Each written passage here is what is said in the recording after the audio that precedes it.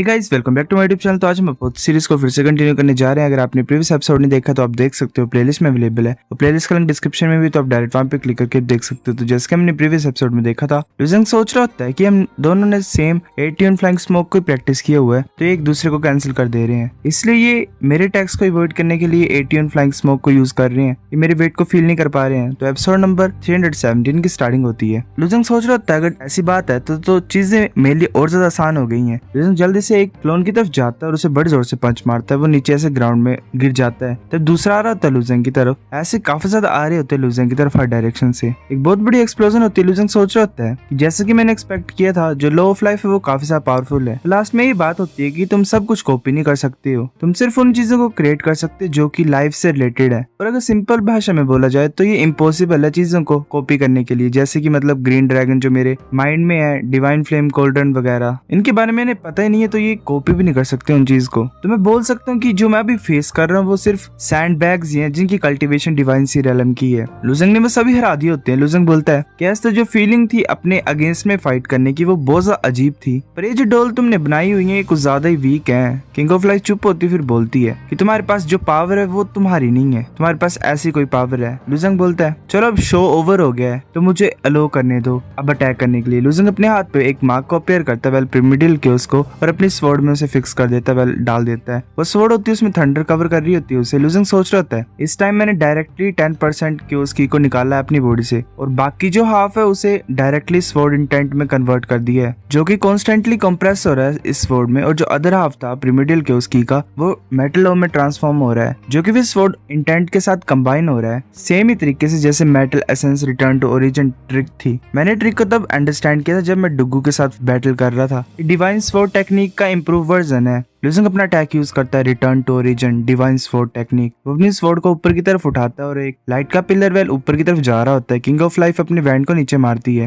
वो जो लुजंग के क्लोन्स होते हैं वो उसके पास पहुंच जाते हैं किंग ऑफ लाइफ की। किंग ऑफ लाइफ बोलती है ऐसा लग रहा है कि तुम्हारी जो ग्रेटेस्ट अचीवमेंट है वो स्वॉर्ड में ही है। अगर ऐसी बात है तो वो भी ऐसा सेम ही कर सकते हैं। वेल इनके पास प्रिमिडिल केओस नहीं है। वो अपनी स्वॉर्ड को आगे की तरफ कर देते हैं लुजंग की तरह ही। लुजंग सोच रहा था क्या ये 10 भी डिवाइन स्वॉर्ड टेक्निक को परफॉर्म कर सकते हैं। अगर ऐसी बात होगी तो जो पावर होगी वो तो अनइमेजिनेबल होगी और वो काफी ज्यादा ग्रेट होगी। मेरे को पहला मूव करना पड़ेगा। लुजंग अपना अटैक यूज करता है। एक बहुत बड़ा ब्लैक कलर का स्लैश उनकी तरफ जा रहा होता है। वो जो सभी क्लोन्स होते हैं वो भी अपने स्लैशेस को भेज रहे होते हैं आगे की तरफ। लुजंग का ब्लैक कलर का स्लैश और वो जो स्लैशेस होते हैं वो एक दूसरे से टकराते हैं और एक बहुत बड़ी एक्सप्लोजन होती है। ली बोल रहा था ये लुजंग इसके पास डाउजी की बॉडी नहीं है अभी, इसने कम्प्लीटली अभी डिवाइन डाउ में स्टेप नहीं लिया हुआ है, और ये ऑब्वियस है कि मतलब ये अपने डाउयून को यूज नहीं कर रहा है उसी से ही। जी बोलती है कि जो टेक्निक अभी इसने यूज की है वो तो डाउजीज को भी सरपास कर रही है ना। डुगू भी देख रहा होता है। वो स्वॉर्ड बोलती है कि जो पर्सन है प्रिमिडिल केओस की को कंट्रोल कर सकता है। डुगू अगर तुम्हारे पास अपॉर्चुनिटी होगी तो क्या तुम इसके पास जा सकते हो? मैं अपने ग्रेटेस्ट सीक्रेट्स को भी इसके साथ एक्सचेंज कर सकता हूँ और करना चाहता हूँ। डुगू बोलते ठीक है। स्वॉर्ड बोलते कि जो सोर्स है प्रिमिडिल केओस की का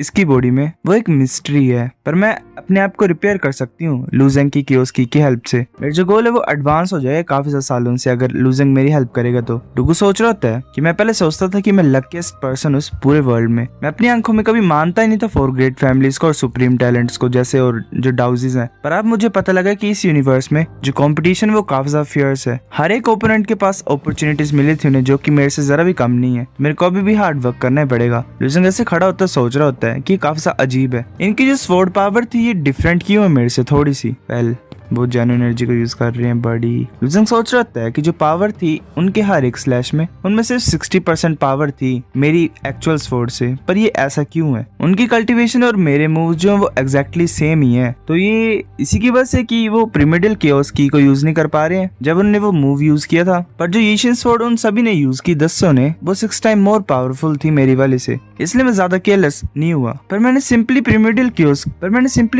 केओस की को जेन्युइन एनर्जी की तरह यूज किया। ऐसा जो प्रिमिडिल केओस की है वो कंडेंस और काफी ज्यादा पावरफुल है जेन्युइन एनर्जी से, पर अभी मेरे को इसको अच्छी तरह से यूज करना नहीं आता। मेरे को इसके सारे कैरेक्टरिस्टिक्स के बारे में पता नहीं है, पर मेरी कॉम्प्रिहेंशन की वजह से जो मेरी स्वॉर्ड है उसने मेटल लो और मेरी स्वॉर्डमैनशिप को मर्ज कर लिया, और जो केओस की था उसकी पावर को थोड़ा सा एलिवेट कर दिया एक नए लेवल के ऊपर। लुजंग फिर आगे की तरफ स्लैश करता है। डुगू भी देख रहा होता है। स्वॉर्ड सोच रही थी बच्चा तो इनक्रेडिबल है, ये स्वॉर्ड स्किल इसने यूज की ये एक मेथड जो कि सिर्फ सुप्रीम ट्रेजर जो होते हैं केओस के गॉड डोमेन में वही पोजेस करते हैं। लुजंग का स्लैश उस ट्रायंगल की तरफ जाता है, उसमें क्रैक पड़ जाता है, वो डिस्ट्रॉय हो जाता है। किंग ऑफ लाइफ सामने होती है, वो सोच रही होती है कि ये अच्छी बात थी कि जो पावर थी इसकी स्वॉर्ड की वो थोड़ी सी कम हो गई थी 9 लेयर्स की जो थे मेरे सामने, उसकी वजह से सिर्फ एक लेयर बची हुई है ओरिजिनल पावर की, तो इससे मेरे को ज्यादा डैमेज नहीं होगा। पर बात ये है फिर वो आगे की तरफ देख रही होती है, लूजेंग जल्दी से आ रहा होता है, वो सोच रही होती है कि जेन्युइन एनर्जी है लूजेंग की बॉडी में वो अभी भी काफी ज्यादा और रिच है। लूजेंग बिल्कुल उनके सामने पहुंच जाता है, वो जो क्लोन्स होते हैं वो लूजेंग की तरफ अटैक कर रहे होते हैं। किंग ऑफ लाइफ सोच रही होती है पर मेरे जो पपेट्स है वो तो ऐसे लग रहे हैं कि ऐसे लैम्प्स है जिनमें ऑयल ही नहीं बचा हुआ है, वेल इनकी एनर्जी पता नहीं कहाँ चली गई है। लूजेंग उन्हें ऐसे स्लैशेस से कट कर रहा होता है। लूजेंग अपनी स्वॉर्ड फिर किंग ऑफ लाइफ की तरफ की होती है। किंग ऑफ लाइफ हैरान होती है। लूजेंग सोच रहा होता है कि जैसे मैंने एक्सपेक्ट किया था, क्योंकि ये सिर्फ मेरे फिजिकल बॉडी को रेप्लिकेट कर सकती है, पर ये मिरर इमेज नहीं है मेरी। इसने ऐसे क्लोन्स को क्रिएट किया हुआ जो कि क्योस की को यूज नहीं कर सकते हैं, ये सिर्फ ऑर्डिनरी जेन्युइन एनर्जी को यूज करते हैं। पर जो रिटर्न टू ओरिजिन यीशिन स्वॉर्ड है वो काफी ज्यादा जेन्युइन एनर्जी को यूज करती है। मैं प्रिमिटिव क्योस की के ऊपर रिलाई करता हूँ, इसलिए मेरे को एनर्जी खत्म होने का जरा भी डर नहीं है। लूजेंग बोलते ही ओवर हो गया। लूजेंग अपना एक sword slash king of life की तरफ करता है। किंग ऑफ लाइफ सोच रही होती है कि जो स्वॉर्ड है ये थोड़ा थोड़ा रिस्पॉन्ड तो कर रही है, पर ये अपनी सिग्निफिकेंस को खो चुकी है। पर मैंने अपना गोल यहाँ पे अचीव कर लिया। लूजेंग के स्लैश से वो मर जाती है। मिस्टीरियस गर्ल अनाउंस कर देती है कि लूजेंग जीतता है। ऐसे उस फाइट को देख रहे थे सारे। वो जो ओल्ड मास्टर होता है इन लोगों के रेलम का, वो हंस रहा होता है और बोलता है कि इस ओल्ड मैन की स्वॉर्ड ये बच्चा यूज कर रहा है, ये तो वेल एक ओनर की तरह है मेरे लिए। एंजिन सोच रही थी कि 6 साल मैंने भी हार्ड वर्क किया था, पर मेरे और लूजेंग के बीच में जो गैप था वो तो और ज्यादा बड़ा बनता जा रहा है, पर मैं अभी भी काफी ज्यादा खुश हूँ इसके लिए। एक मार्शल आर्टिस्ट बोल रहा था क्योंकि तो ऑलमोस्ट इनविंसिबल एग्जिस्टेंस कंसिडर की जा सकती है। मैंने एक्सपेक्ट नहीं किया था कि लूजेंग उसके अगेंस्ट में जीत जाएगा। दूसरा बोलता है अगर इसने रिटर्न टू ओरिजिन यीशिन स्वॉर्ड को कॉम्प्रिहेंड नहीं किया होता तो मुझे नहीं लगता कि ये क्योंगी को हरा पाता। फिर ऐसे नेक्स्ट मैच के लिए अनाउंस हो जाता है द थॉटलेस गॉड हुआ टियानमिंग वर्सेस कूडेंग मायरेड बुद्धा सेंचुरी का। लूजेंग वापस आ जाता है अपनी प्लेस में। हुआ टियानमिंग वेल स्टेज में चल जाता है। लूजेंग सोच रहा होता है कि वेल अब हुआ टियानमिंग की बारी है। वो जो बुद्धा होता है वेल मोंक, वो वहां से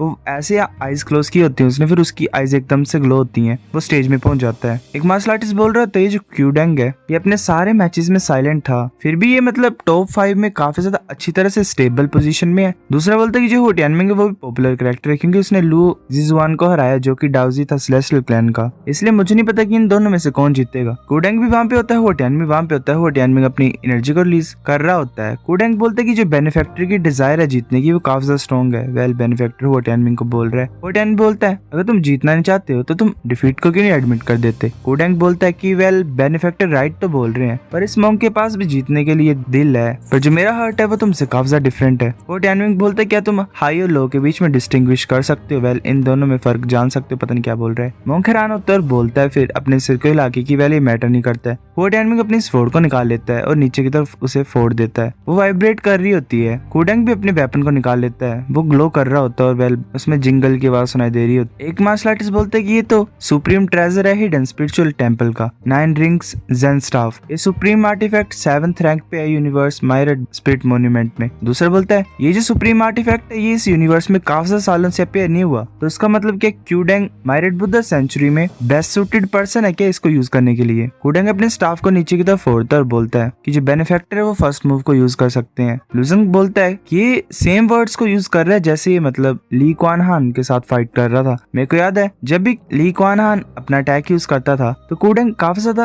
आसानी से उन्हें डोज कर ले रहा होता है, वैसे मतलब उसने बेल को यूज करके किया होता है। ऐसे जब मार्शल आर्टिस्ट फाइट करते हैं एक दूसरे से वो ऐसा करना चाहते हैं कि मतलब फर्स्ट स्ट्राइक वो खुद करे, पर ऐसा लग रहा है कि क्यूडेंग की जो टेक्निक है वो थोड़ी सी यूनिक है। उसमें वो ओपोनेंट को फर्स्ट स्ट्राइक लेने देता है, फिर वो प्लान बनाता है कि उसे कैसे काउंटर रिएक्ट करना है, इसी से वो ओपोनेंट को हरा पाता है। जो बैटल हुई थी लुओ के साथ हुआ टियानमिंग की, उसमें हुआ टियानमिंग की काफी ज्यादा फास्ट स्पीड को दिखाई दिया था जो कि काफी ज्यादा फास्ट थी। कूडेंग को पता है कि हुआ टियानमिंग अपनी स्पीड के साथ जीत सकता है, पर फिर भी ये हुआ टियानमिंग को फर्स्ट स्ट्राइक करने दे रहा है, क्या ये हैंडल कर पाएगा। सो गाइस एपिसोड नंबर 317 इतना था। अगर आपको वीडियो पसंद है तो लाइक करनी, बेफिक्र भी लाइक कर दो, शेयर करो दोस्तों के साथ, कमेंट करके बताओ अगर आपको वीडियो कैसी लगी, सब्सक्राइब करो। तब तक के लिए बाय बाय।